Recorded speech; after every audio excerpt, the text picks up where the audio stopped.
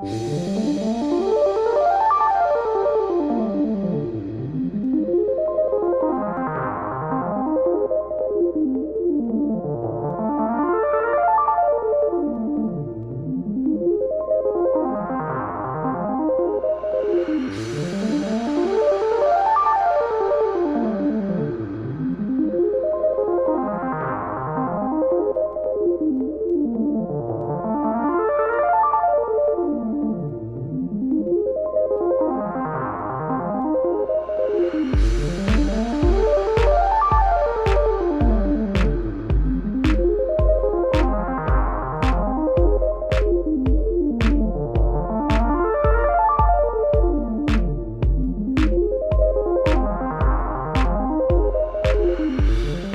iPhone SE, or Special Edition, has been designed with one purpose in mind: to bring the loyal fans of the iPhone 4 up to date with the latest tech in the much-loved compact design.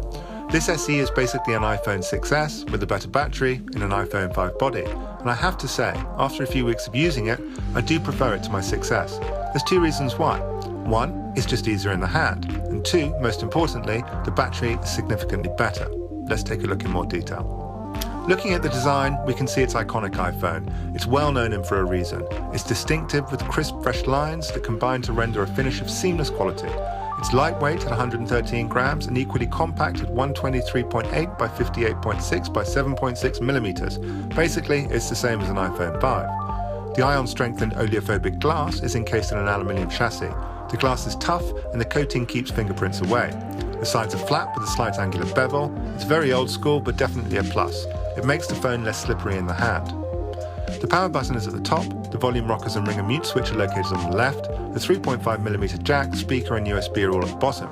If you're coming to this from the iPhone 6 series, the lack of power button or lock key on the right will frustrate. There is absolutely no water resistance on this handset. The iPhone 6S does come with some unpublicized protection, however it's not on this. If you drop this in any water, it's game over.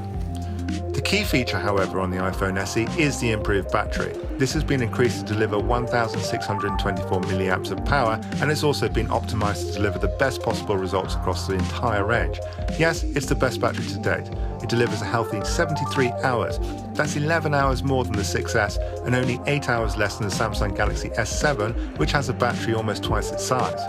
To get a sense of this, filming this video with both an iPhone 6S and an SE at 1080p 30 frames per second, the SE battery performance was around 30% better. Both were fully charged initially and the 6S died well before the SE. Something I also noted, it does charge slightly faster. It will do 12 hours of 3G calls, 13 hours of web browsing and 14 hours of video playback on a single charge. On the negative side, there is no fast charging capability, but that's not a biggie. This compact iPhone holds its own against all the big players.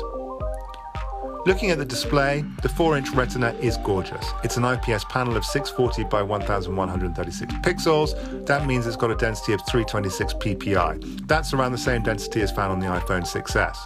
However, it does seem to work slightly better on the SE, and that's because the SE has a brighter display output with a lower contrast. This delivers impressive quality and great sunlight legibility. It works really well.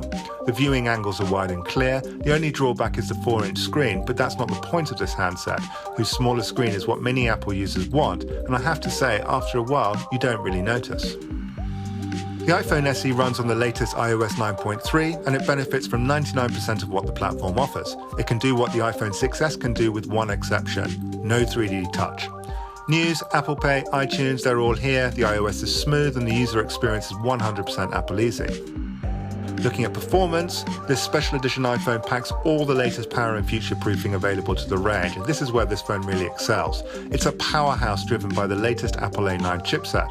It features a dual-core 1.84 GHz Twister processor, PowerVR 6-core graphics, and 2 GB of RAM. This thing rocks. The single-core Geekbench test score places the SE as the best performer on the market, even better than the 6S. In multi-core tests, the SE comes only second to the Samsung Galaxy S7, which has 6 additional cores.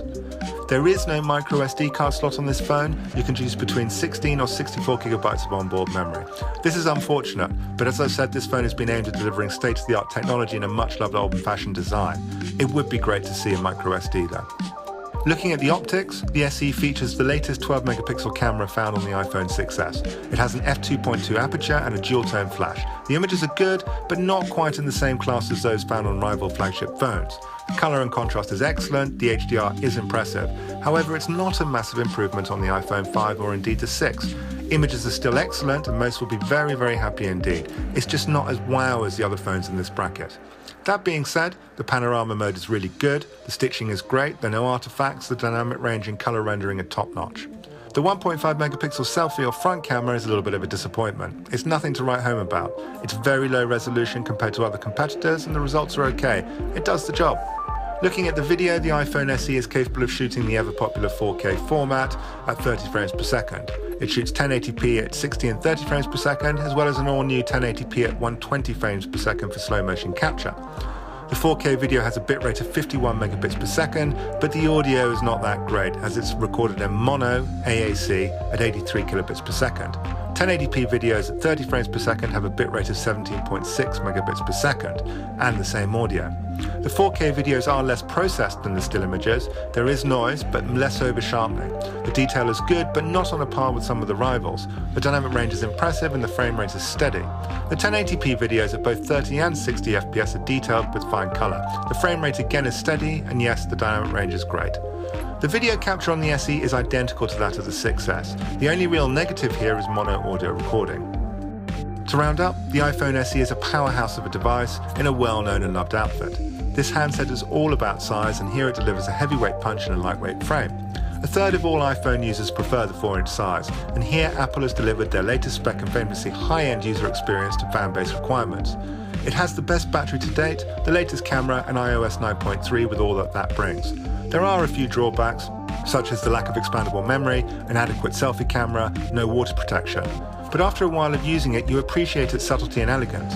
It's great to use, a joy, and it definitely reminds you that bigger screens don't necessarily mean better experience. Thank you for watching.